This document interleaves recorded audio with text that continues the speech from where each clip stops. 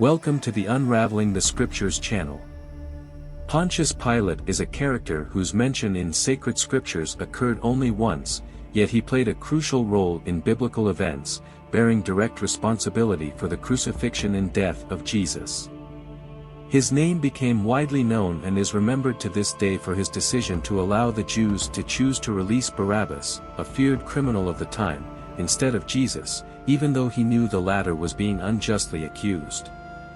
Despite his wife dreaming of Jesus the night before and advising Pilate not to get involved, he ended up handing Christ over to be crucified. After the people chose Barabbas, Pilate made a gesture that would mark him forever. He washed his hands, showing that he bore no responsibility for the unjust decision. In today's video, we will discuss the life and tragic death of Pontius Pilate. Who was this man? How did he come to power? Why did he wash his hands and allow Jesus to be crucified? Additionally, we will explore the tragic consequences of the wrong choices he made. Stay with me until the end, as you will be surprised. Before we start, I ask you to subscribe to our channel. Just click the subscribe button below the video and activate the notification bell to receive future videos. The terrible death of Pontius Pilate, the man who condemned Jesus. In the historical context of the 1st century after Christ, the Roman Empire was in full development and growing stronger. It was during this period that a character emerged who would leave his mark on history, Pontius Pilate. A member of Roman high society, he rose to the position of prefect of the province of Judea between the years 26 and 36 AD, during the reign of Emperor Tiberius Caesar. To better understand the importance and power of Rome at the time of Jesus, it is essential to understand the historical context that shaped Pilate's life and legacy. The Roman Empire encompassed a vast territory, stretching from the British Isles, where England is now located, to Egypt, and from Spain to Asia Minor, modern-day Turkey. This vast empire confronted diverse cultures and religions, including that of the Jews. Judea was a province of extreme importance to Rome, as it was situated on the eastern coast of the Mediterranean Sea, through which trade routes to the entire world passed and originated. However, the Jewish people did not accept Roman occupation well, resulting in constant tensions. The relationship between Roman rulers and the Jewish population was delicate due to cultural and religious differences. While the Jews worshipped the God of Israel, the Romans venerated a variety of pagan gods. Additionally, the inhabitants of Judea resisted the idea of being a province under Roman rule, as they believed their land had been inherited from Abraham. Thus, Rome needed to maintain a strong presence to control the region, and it is in this context that Pilate emerged. Recognized for his authority and responsibility, Pilate was appointed by the emperor to hold the position of prefect of the region. One of his main responsibilities was to ensure order among the population, using force if necessary, and also to administer tax collection. Before his encounter with Jesus and his call to be part of his ministry, the disciple Matthew worked directly with Pilate as a tax collector for the Jews. Although the Bible makes clear Pilate's role in history, some atheist thinkers insist on considering him a folkloric figure created to illustrate the narrative of Jesus, who is also considered fictional by these philosophers. However, there is tangible evidence of his existence.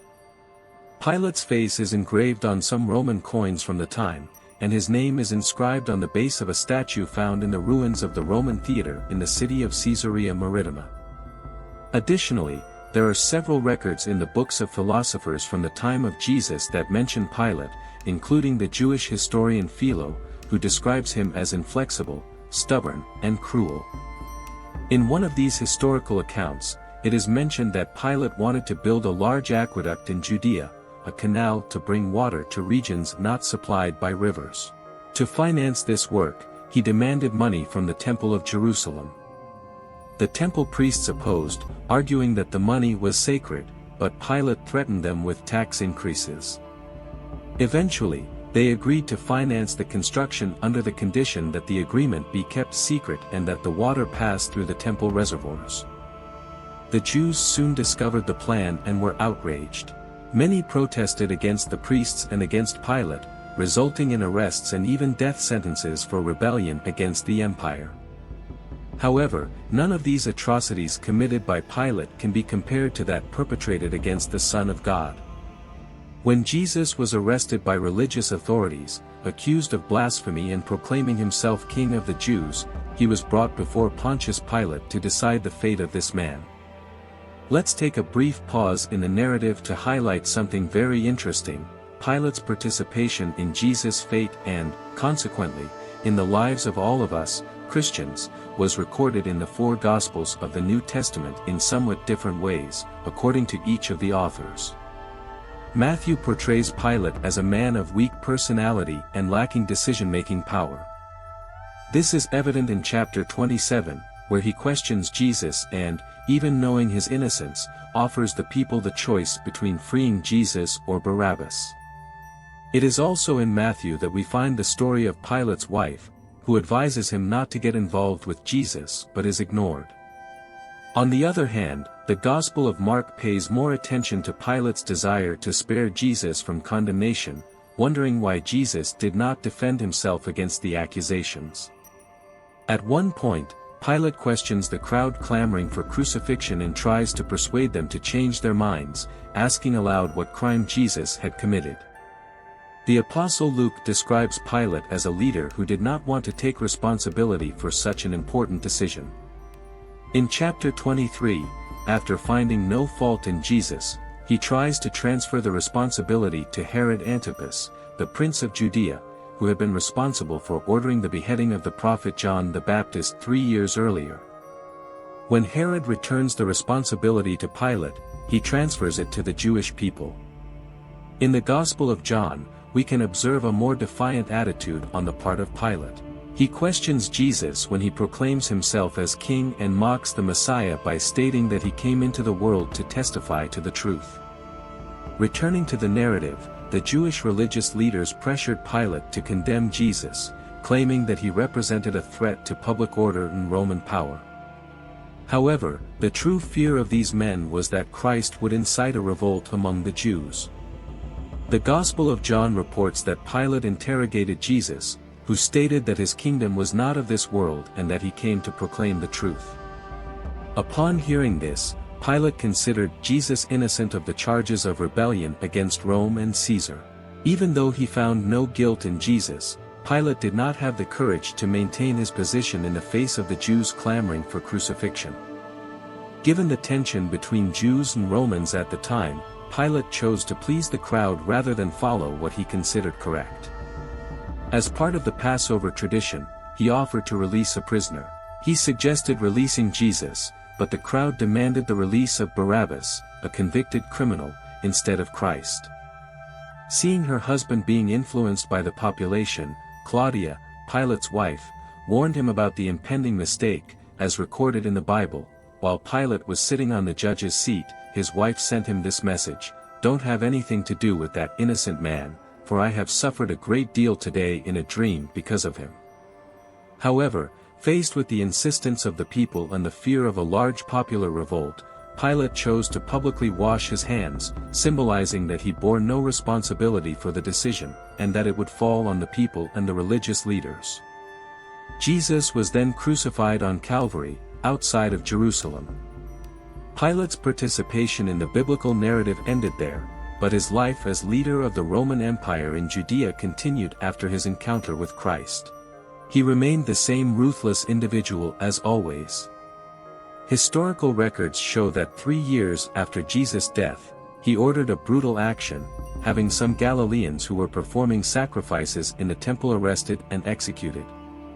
Shortly thereafter, Pilate ordered his men to act violently against a group of Samaritans gathered on Mount Gerizim, north of Israel, under suspicion of preparing a rebellion against the empire.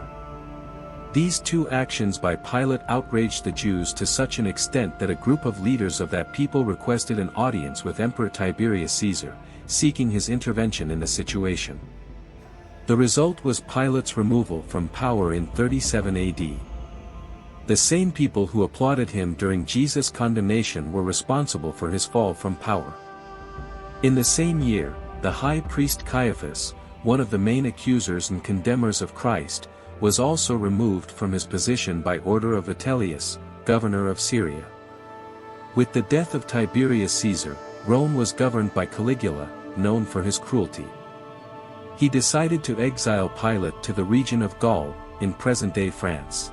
Disgusted with his own decline, the former leader of Judea, who had played a crucial role in the condemnation and death of Jesus, ended his own life. Thus, the story of Pontius Pilate, lonely, distant from the power and fame of which he was so proud, comes to an end. A reflection that resonates for all of us is what Jesus said in Matthew, chapter 6, "The eye is the lamp of the body. If your eyes are healthy, your whole body will be full of light. But if your eyes are unhealthy, your whole body will be full of darkness. If then the light within you is darkness, how great is that darkness?" Pilate had the unique opportunity to meet Jesus Christ, an encounter that could have transformed his life forever if he had simply looked at the Master in the right way, acknowledging him as the Son of God sent into the world to testify to the truth. However, power, greed, and concern for others' opinions created darkness within his heart, preventing him from feeling the wonderful presence of the Holy Spirit. It is important to remember that Jesus' destiny would not have been altered even if Pilate had listened to his wife and decided to set him free, for God had already determined that his Son must necessarily sacrifice himself to free the world from the indictment of sin. However, Pilate could have been saved by considering and declaring Jesus' true identity. Likewise, Jesus stands before each one of us now. How do we see him? Merely as a Jewish prophet killed for defending his faith, or as the very living God who became man to save us? Our decision will not change who Jesus is or what he will do, but it will certainly change the course of our history, both in this life and in eternity. I hope you have found value in these reflections. Don't forget to share with friends and family. May God bless you, and see you soon.